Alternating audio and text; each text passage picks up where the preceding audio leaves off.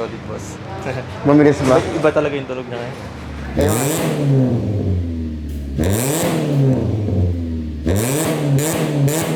So what's up mga homies? So kasama natin si Boss. Boss, anong name po nila? Sir Josh. Saan pa kayo galing, Sir Josh? Batangas.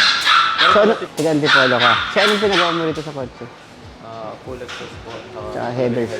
Ayan. So ano ba in-expect mo tunog? Medyo maingay.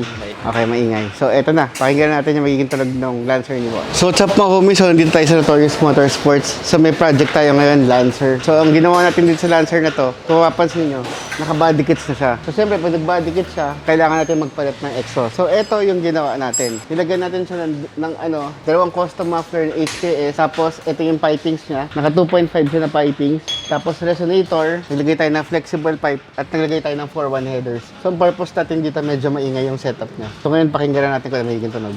So what's up mga homies? So ito na yung finished product na ginawa natin ng air intake. So ito na yung air intake niya. So ito yung custom made na gawa natin. Tapos lagyan natin ng Datatech na filter. So pakinggan natin kung ano magiging tunog niya.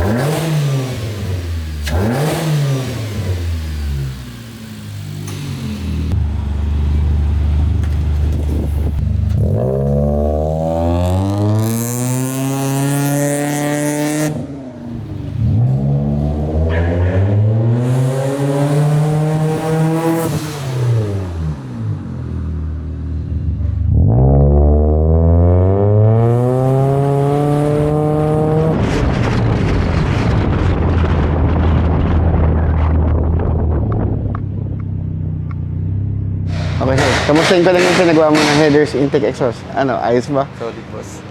Bumilis ba? Iba talaga yung tulog niya ngayon. Eh, yung hatak. Solid. Parang di naman yata bumilis. Okay.